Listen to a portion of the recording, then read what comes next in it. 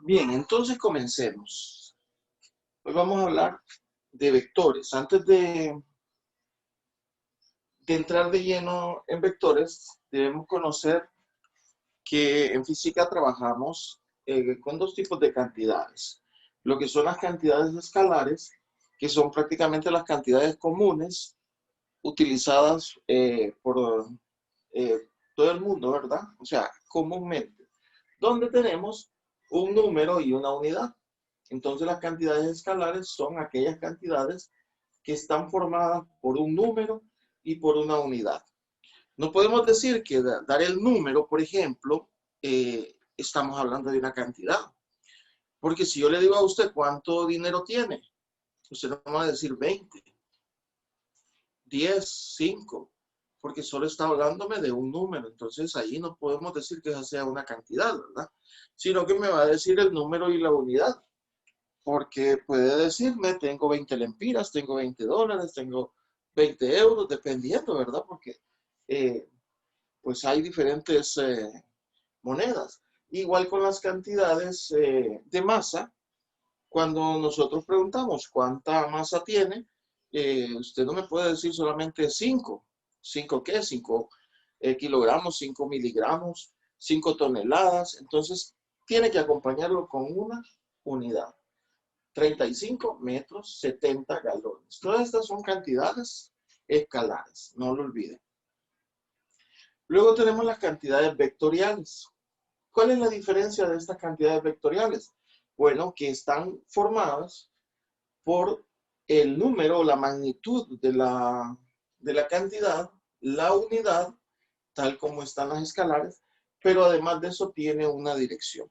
Entonces, en las cantidades vectoriales o vectores hay una dirección. En este caso tenemos una dirección por coordenada hacia el norte.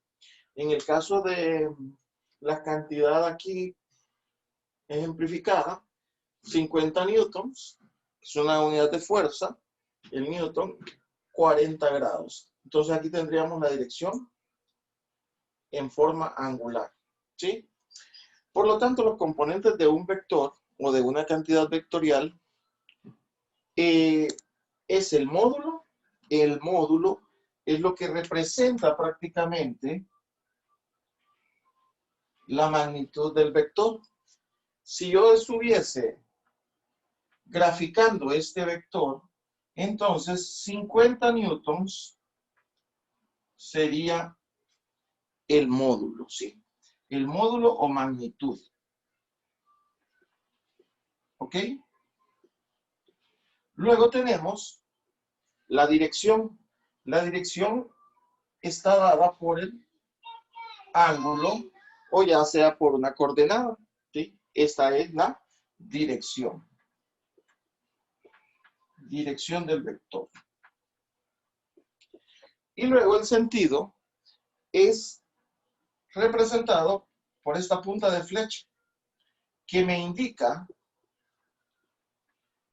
que en la línea de acción, que sería la línea punteada que usted tiene aquí, hacia dónde, ¿sí?, va el vector. ¿A qué sentido tiene en esa línea de acción? Entonces, esos serían los componentes de un vector. Vamos a ver ahora cuál es la forma de graficarlos. Ahora veamos cómo vamos a hablar de la dirección de un vector. Aquí yo tengo dos vectores y la forma de representarlo es con una letra mayúscula y una flecha en la parte superior, y vamos a decir que ese es el vector A y este es el vector B. Puede ser cualquier letra, ¿verdad? Entonces, si usted se fija que hay un plano cartesiano, el plano cartesiano está compuesto del eje X, que sería el eje horizontal, y el eje Y, que es el eje vertical. Del punto central, o pongámosle aquí como punto de aplicación, ¿sí? Que un vector también puede tener un punto de aplicación ahí. Hacia la derecha están las X positivas, o sea que son valores horizontales positivos. Y hacia la izquierda tenemos las X negativas, que son los valores en X o los valores horizontal negativos.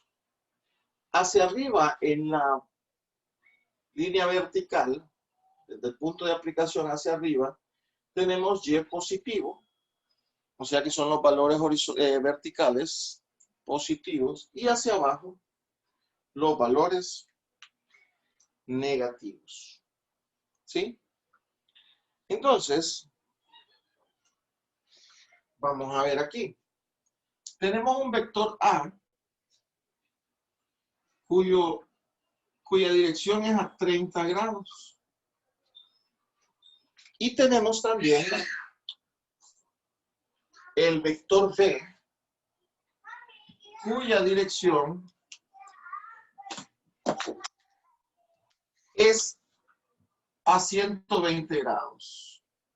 Vamos a colocar aquí en rojo 120.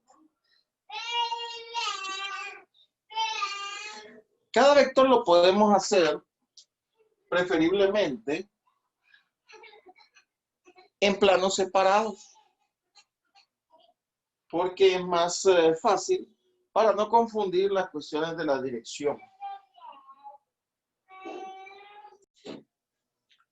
Entonces tenemos que el plano cartesiano, les decía, tiene su eje X, que es el horizontal, positivo y negativo, y tiene el eje Y, que es el vertical, positivo y negativo. ¿Ok? Si ustedes ven, está formado por 4 cuadrantes, y estos cuadrantes se van a numerar desde el primer cuadrante en la parte superior derecha y en contra del movimiento de las manecillas del reloj. Por lo tanto, este es el primer cuadrante, este es el segundo cuadrante, este será el tercer cuadrante y este es el cuarto cuadrante. Ahí está. 1, 2, 3 y 4. Cuarto cuadrante. Cuando nosotros tenemos un vector, por lo general, en esta posición, que es 0, 360, ¿sí? Es el inicio y lo hacemos en contra del movimiento de las manecillas del reloj, o sea, hacia allá. Como ustedes pueden ver, y ya lo discutimos en dibujo anteriormente, prácticamente esta línea horizontal es intersecada por una línea vertical que va perpendicular, es decir que los grados que se forman acá entre X positivo y Y positivo son 90 grados. Por lo tanto, aquí, a este nivel, tenemos 90 grados. ¿Y qué sucede? Lo mismo está pasando aquí. Hay otros 90 grados. Por lo tanto, en el otro extremo aquí del eje X habrá 180 grados. ¿Sí? Y si seguimos, vamos a tener otros 90 grados para llegar a Y negativo. Y aquí son 270 grados.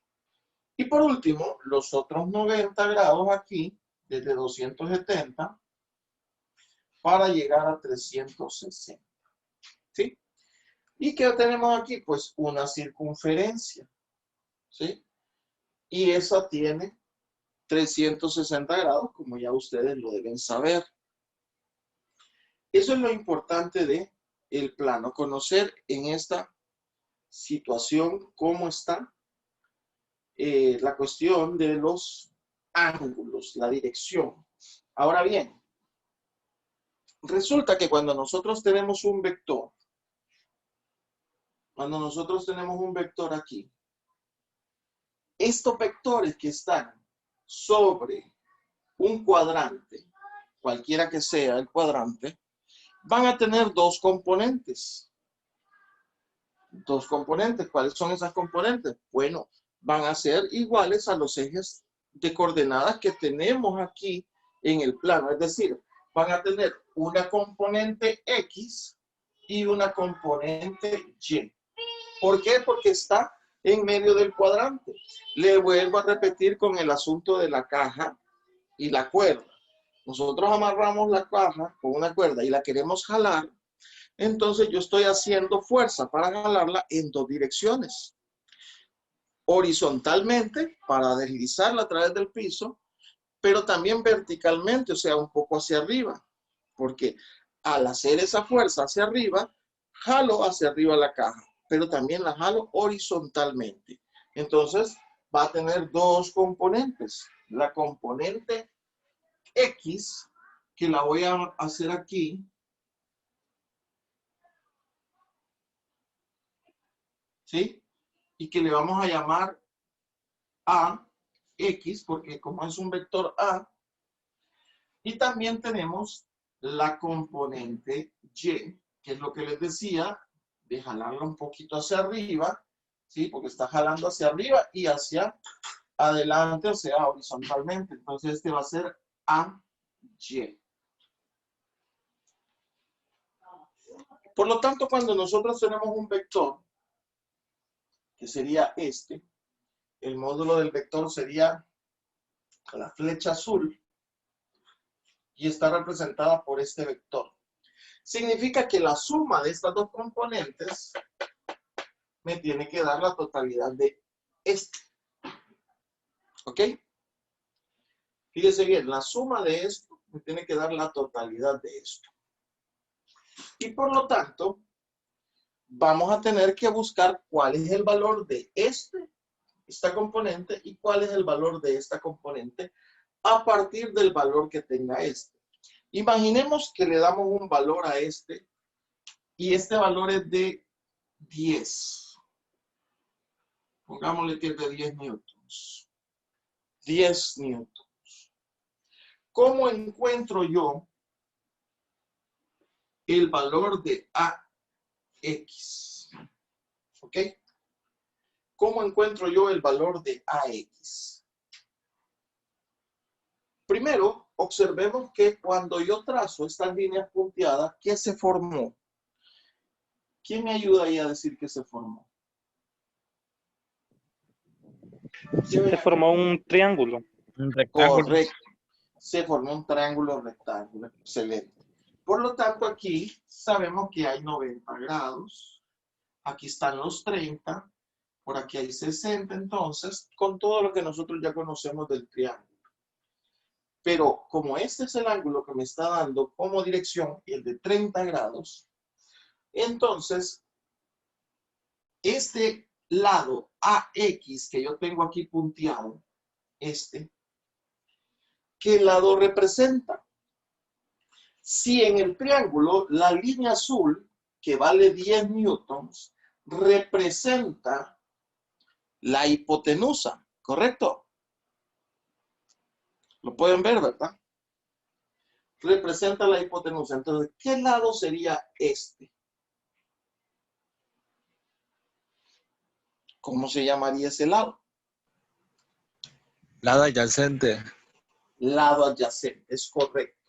Por lo tanto, AX es el lado adyacente. Lo voy a colocar aquí. A, vamos a ponerlo en color negrito siempre. A, que vale 10 newtons, es la hipotenusa. Y yo tengo el ángulo, que sería de 30 grados. Entonces, ¿qué función trigonométrica me relaciona el adyacente, la hipotenusa y el ángulo? Vamos a ver de lo que vimos antes. Y voy a borrar por aquí para que se acuerden. Miren, teníamos seno del ángulo opuesto sobre hipotenusa. Coseno del ángulo adyacente sobre hipotenusa. Y tangente del ángulo opuesto sobre adyacente. Ajá. Esto ya se los enseñé. ¿Cuál de las funciones que tienen aquí ustedes me relaciona el lado adyacente con la hipotenusa? O sea, AX con A y el ángulo. Adyacente es AX, la hipotenusa es A. Y el La número ángulo, 2. ¿cuál es? La número 2. La última, opuesta adyacente. No, aquí no está opuesto. Cons. Perdón.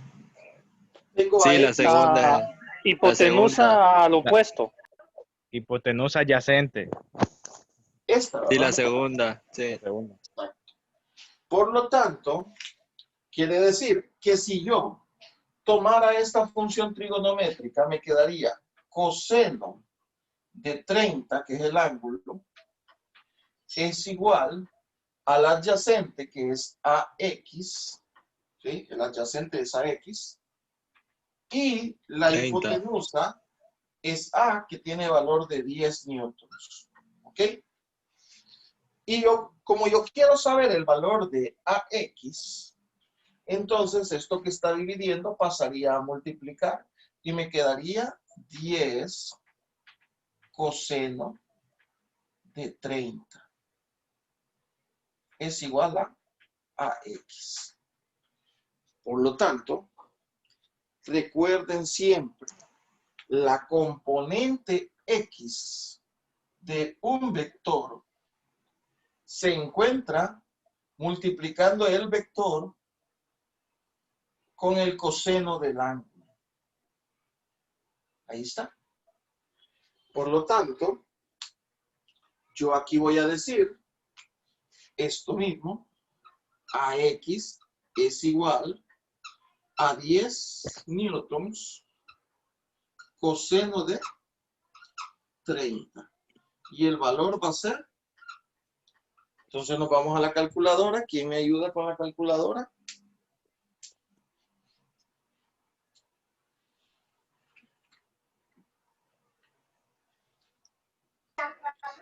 Tan es primero, ¿verdad, mister?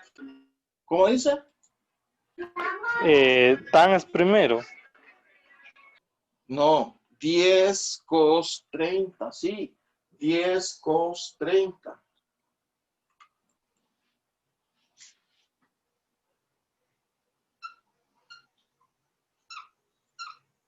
No tengo calculadora. 8.66. No lo sumé mal, no multipliqué mal. Exacto. Entonces, como ustedes pueden ver, 8.66. Entonces, vamos a decir aquí, borrando ya esto, que AX,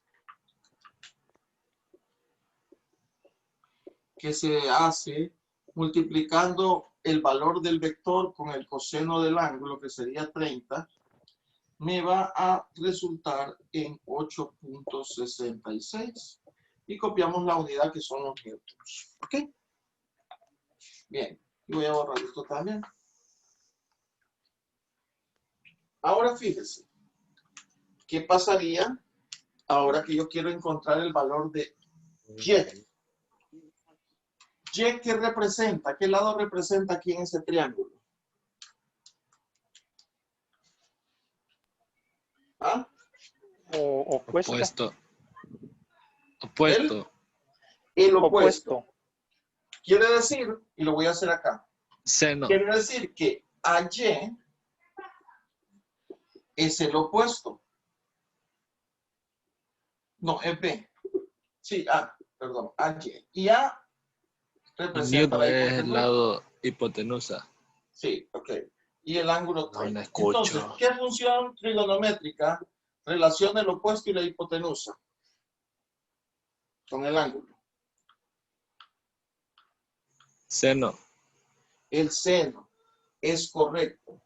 Por lo tanto, si yo sustituyo, quedaría seno de 30 igual a lo opuesto que es AY entre la hipotenusa que es A.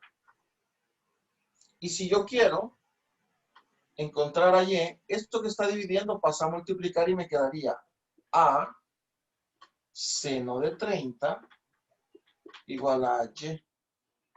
Por lo tanto, la componente Y de un vector se obtiene con el seno del ángulo. ¿Ok? La X anteriormente lo vimos que era con el coseno. Miren, aquí está.